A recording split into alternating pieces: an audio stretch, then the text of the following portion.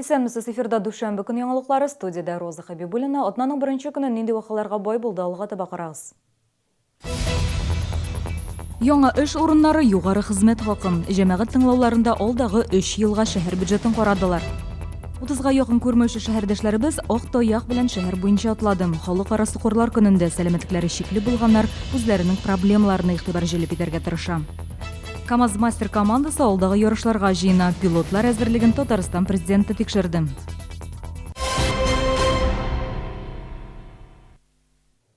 Яңа эш урыннары барлыкка киләчәк, хезмәт хакы артачак. Бүген җәмәгать тыңлауларында алдагы 3 елга шәһәр бюджетын карадылар. Керемнәрнең төп өлешен елдагыча физик затлар милек өчен түләгән салым алып тора. Чыгымнар нигездә белем бирү өлкәсенә юнәлтелгән. Киләсе елга бюджетны төзегәндә шәһәрнең социаль-икътисади үсеш планына таянганнар. Аның буенча 2018 елда инвестициялар үсеше көтелә. Положительный вклад в динамику инвестиций будет обеспечен благодаря реализации проектов в промышленности, в сфере жилищного строительства, объектов социальной инфраструктуры, а также за счет привлечения новых резидентов ТАСЭР. Количество создаваемых рабочих мест 3609. Это плановая цифра. Киләсе елда шәһәрдәшләрнең уртача хезмәт хакы 30 мең ярым сумны тәшкил итәр дип көтелә. Чыгымнарга килгәндә ташламаларга ия булганнарны бакчаларга илтү өчен 15 миллион сум каралган. Беренче тапкыр җирле үзидарә советларын үстерүгә акча каралган. Чыгымнарның төп өлешен елдагыча белем бирү өлкәсе тәшкил итә. Наибольшими расходами в области социальной сферы, помимо образования, по-прежнему остаются. Это развитие физкультуры и спорта в сумме более 458 миллионов рублей и развитие культуры в сумме более 265 миллионов. На одного жителя нашего города по этим статьям затрат приходится в год лишь, к сожалению, 861 рубль и 498 рублей, соответственно. Җәмәгать тыңлауларында катнашучы шәһәрдәшебез билгеләгәнчә, бюджетта мәктәпкәчә белем бирү учреждениеларын карауга акча бар, яңаларын булдыруга каралмаган. 14-нче комплекста яшәүче үзләренең мәхәлләсендә бакча төзүләрен сорый. У нас в 14-м микрорайоне уже 30 лет почти скоро будет, есть участок, предусмотренный генеральным планом, и на котором должно размещаться детское дошкольное учреждение, детский садик. И до сих пор не принято решение. Башкарма комитет җитәкчесе урынбасары Рамил Халимов белдерүенчә, Мәгариф идарәсе берничә көн элек кенә республика президентына хат юллаган. О том, что нам не хватает детских садов для детей в возрасте от 1,5 до 3 лет. Поэтому мы надеемся, как вот вы говорите, что мы войдем в эту программу, а дальше уже будем решать, где строить эти детские сады. Хәзер бюджет проектын килешүгә әзерлиләр. Гүзәл Шихапова, Ленар Султанов, яңалыклар. Чаллыда сукырларны борчыган проблемаларга багышланган айлык дәвам итә. Бүген Россиянең күп кенә шәһәрләрендә ил буенча ак таяк белән акциясе узды. Аның максаты күрмәүчеләр проблемасына игътибар җәлеп итү. Чаллыда акция 2нче ел гына үтә, әмма нәтиҗәләре бар инде. Нинди Гүзәл Шихапова сюжетында. Гөлнур Идиатуллина 25 ел бернидә күрми. Иң зур проблема җәмәгать транспорты юклыгы ди шәһәрдәшебез. Чулман проспектында яшәүчеләр 6-нчы сырхауханәгә йөри алмый. Җәен электротехниклар тукталышына кадәр автобуста барып, аннан медицина шәһәрчегенә кадәр җәяү йөргәннәр. Әмма кышын кар көртләре комачаулаячак ди Гөлнур Идиатуллина. 35, 36, 37, 38, 39, 40, 41 миндә.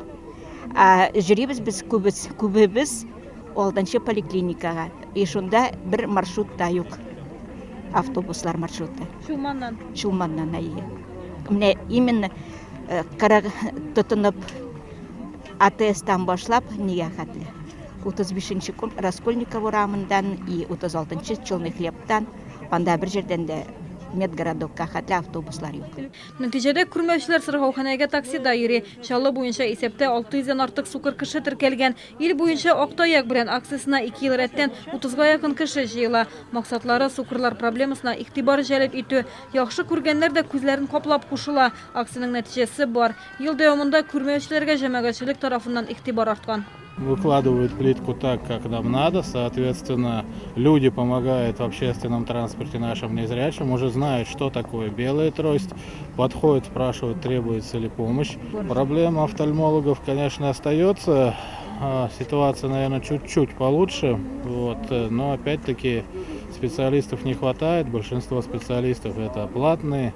Сукырлар җәмгыятенә йөрүчеләр кул эшләренә дә оста. Аларның иҗат җимешләре төрле күргәзмәләрдә катнаша. 18 ноябрьдә исә күрмәүчеләр энергетик мәдәният сараенда концерт оештыра. Гүзәл Шихапова, Ленар Султанов, Яңалыклар. КамАЗ-мастер командасы йөк машиналары Дакар 2018-ге китте. Бу елларда узышчыларны узатырга Рөстәм Миңнеханов та килде. Узышларның төп яңалыгы 6 цилиндрлы йөк машинасы. Хәзер КамАЗ Дакар регламентларына туры килә. Яңа автомобиль руль артына Дмитрий Сотников утырачак. В этом году мы представляем новый грузовик с новым двигателем. Это 13-литровый рядный 6-цилиндровый двигатель. Это построен он был перед шелком путем, и весь год мы очень напряженно с ним занимались, пытались отрабатывать все режимы, которые предстоят на следующем Дакаре. Киләсе Дакар җиңел булмаячак, маршрут эссе Аргентина һәм биек таулы Боливия аша узачак. Әмма раллида катнашучылар Көньяк Америка климатына әзер. Быел Дакар ралли маршрутында Перуда булачак. Гадәттәгечә экипажны узышларга озатуда республика президенты Рөстәм Миңнеханов та катнашты. Йөк машинасын ул үзе сынап карады. Если проедете на самом лучшем джипе, вы, значит, сразу или передний, или задний мост оторвет. Она идет спокойно, без никаких этих. Очень хорошая машина. Йөк машиналары юлга кузгалды. 24 ноябрьгә алар Атлантика аша узучы паромга барып җитәргә тиеш. Узышлар 6 гыйнварда башлана. Пилотлар үзләре 1 гыйнварда гына юлга чыгачак. Бу елны алар гаиләләре белән озата алачак. Гүзәл Шихапова, Ксения Антонова, Сергей Виданов, Яңалыклар. Танылган рәссам Василий Поленов һәм аның чордашларының рәсемнәре Татарстанда. Алабуга музей тыюлыгының заманча этносәнгать залында 1 юлы 2 күргәзмә ачылды. Евангелие циклы һәм Поленов аның чордашлары. Толырак хәбәрчебездән. Беренче күргәзмәдә Василий Поленовның үзенең иҗаты белән танышырга була. Рәссам әйтүенчә, ул Христосның тормыш юлашы, Яңа Заветның төп өлешләрен тасвирлый. Поленовның күп кенәшләре төрле күргәзмәләргә таралган, әмма туганнары аның беренче картинасын саклап калган һәм мемориаль музейга тапшырган. Әнә шул эшләрне Алабугага алып килгәннәр. Василий Дмитриевич оказался таким промежуточным звеном между старшим поколением, допустим, таких художников, как Иван Иванович Шишкин, Маковский, и поколением Левитана, Коровина, Серова. Поленов 12 лет преподавал в Московском училище живописи, ваяния и зодчества, и художники, уже теперь для нас достаточно известные и знаковые, они оказались его учениками. Икенче күргәзмә Поленовның шәкертләре һәм каләмдәшләренең әсәрләреннән тора. Бу фотографиялар, сыйфатлы постерлар. Үзенчәлекле күргәзмә 10 декабрьгә кадәр эшли. Сез аны Алабуга музей тыюлыгының заманча этносәнгать залында карый аласыз. Казан урамы 17-нче йорт керү ишек алды ягыннан. Рим Әхмәтова, Ксения Антонова, Илдар Шайдуллин, Яңалыклар.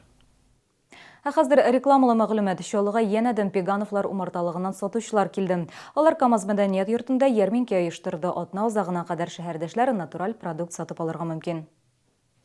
Пегановлар чаллыга еш килә, үзләрен ышанычлы сатучы итеп танытырга өлгерделәр. Бу юлы алар балның 40тан артык түрен алып килгәннәр. Натураль баллы продуктны Адыгея, Башкортстан, Краснодар өлкәсенең кояшлы районнарыннан җыйганнар. Сатып алучылар балның тәмен урында ук бәяли ала. Сатучылар исә һәр чакта киңәшләр белән ярдәм итәргә әзер. Сатуда юкә, каштан, карабыдай, акация һәм башка баллар бар.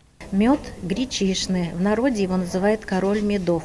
Гречка по сравнению с другими медами содержит рутину. Каштан балы берничә ел дәвамында сыйык хәлдә сакланырга мөмкин. Балның тәме кортларның нектарына кайсы үсемлектән җыюына бәйле. Сатуда уңышын елына бер тапкыр гына җыярга мөмкин булган бал да бар. Мед бортневой считается одним из самых лучших сортов меда. Этот мед считается самым зрелым, качается он 1 раз в год. И он не качается, как все меда, а отжимается, вырезает сота и выдавливается. В этот мед попадает маточное молочко, трутневое, пыльца, перга. 3 литрлы банкадагы чәчәк балының бәясе нибары 1000 сум. 1 килограмм сортлы бал алучыга 1 килограмм чәчәк балы бүләккә. Сатучылар 19 ноябрьгә кадәр, иртәнге 10-нан кичке 7-гә кадәр эшли. Бүгенге менә исән сау булыгыз.